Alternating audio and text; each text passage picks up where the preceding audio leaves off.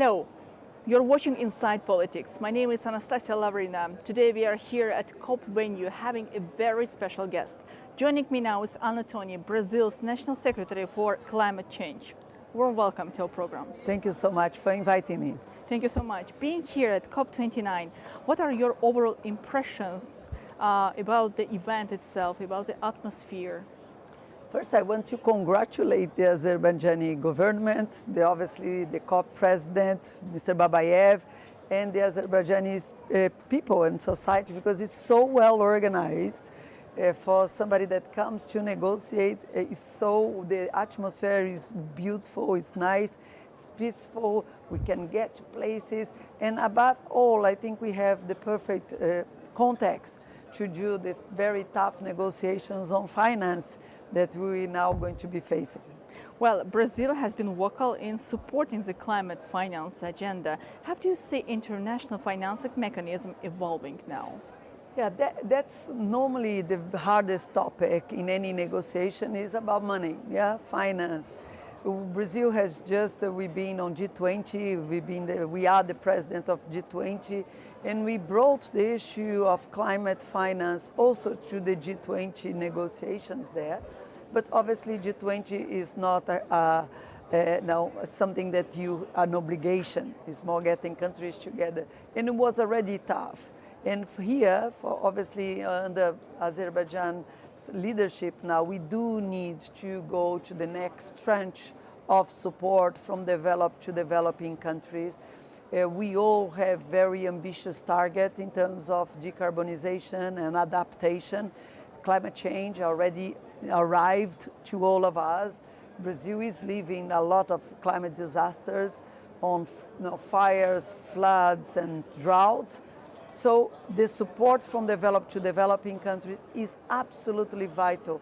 And we are hoping to get away from Baku with that negotiation ended, so that when we start our presidency in COP30, we can then follow on the good step of Azerbaijan. Actually, that's a good question I may bring now. COP30 will take place in Brazil, and I think that this is a unique opportunity for Brazil to learn more about COP29 while being here. How this experience may benefit your country? I mean, we have a whole team, first from logistics to obviously negotiators here in Baku, to follow the negotiation and see what Azerbaijan is doing, and you're doing so well, so that we can learn from you and obviously implement in Belém, where we will have our COP. The place is very different because now Baku is a big city. We will have in Belém, which is a city in the middle of the Amazon. So it's a different city, but we're definitely learning a lot. As I said, not only on the logistics, but especially on the negotiation. Having a platform, Brazil has a long tradition of diplomacy on climate. The convention was born in Brazil in 1992 during the Rio Summit in 1992. So we'll be involved on the climate negotiation for a very long time. But the geopolitical atmosphere now has changed tremendously. And we are looking at this COP and seeing how countries are moving so that we can harvest what you planted here to Brazil, and that what is really important, each COP brings something new. We needed to go further, and we have a climate urgency, and I think that feeling of urgency is here. Mr. Babayev was very clear in his opening speech, and which gave the tone for negotiators that yes, we need to get out of Baku happy with the welcome of the city, but also with the end, on a successful end of the negotiations. Well, Azerbaijan had only, let's say, 11 months to get ready for this conference. Brazil knew about its hostage of COP30 again at the same time, and you have around a couple of years to be ready. And it's nice to see how three countries, United Arab Emirates, Azerbaijan, and Brazil, are cooperating in the format of Troika to share the experience and to learn, to create a strategy of moving forward. What's your expectations from this format of cooperation? How it's helpful? Yes, Troika is fundamental for Brazil, and I'm sure that will be continued to be so.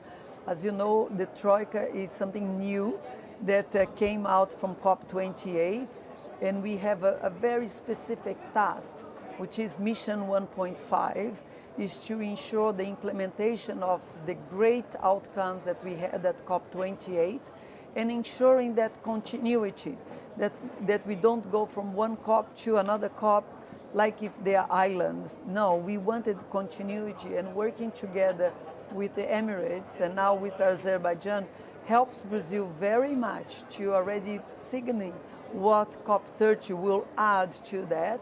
And we are hoping that the arrangement of Troika becomes a permanent institution under the climate negotiations, because it has been extremely successful.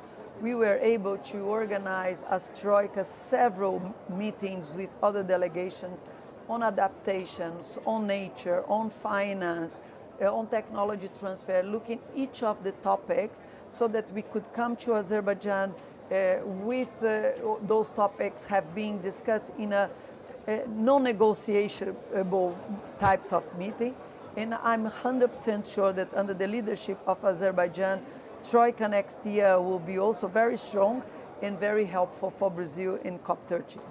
We know that there are a lot of geopolitical changes in the global world, and the countries, they have their own personal approach to the situation when it comes to the climate change. How is it important for all countries to stand together despite any geopolitical divisions, to move forward and to achieve the consensus when it comes to the policy related to climate change issues? That's fundamental. It's really fundamental, because climate change is a global problem. So we cannot solve just nationally. We have to solve together with the countries. So protecting the regime, the climate regime, independently of short-term elections, short-term tensions that countries have with each other, is really important, because climate change is a long-term issue and is decided globally. So those short-term tensions, be it because of national changes or international changes, we need to create and strengthen the regime beyond those tensions. And I think COPs are very, very important places to do so.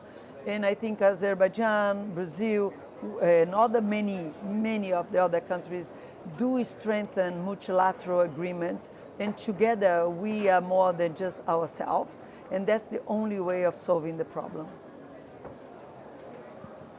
Sorry, okay.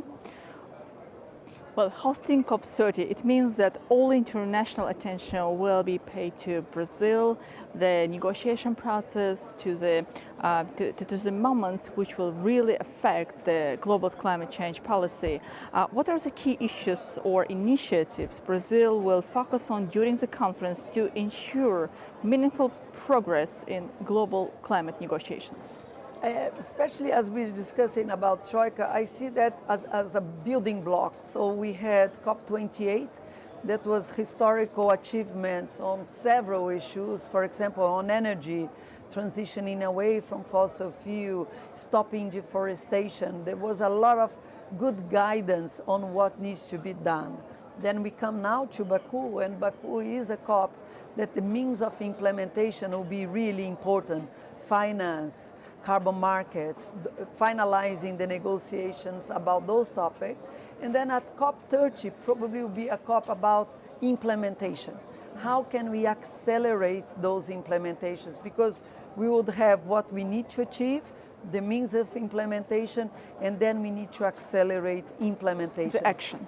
Action. So it'll be a COP about people and action.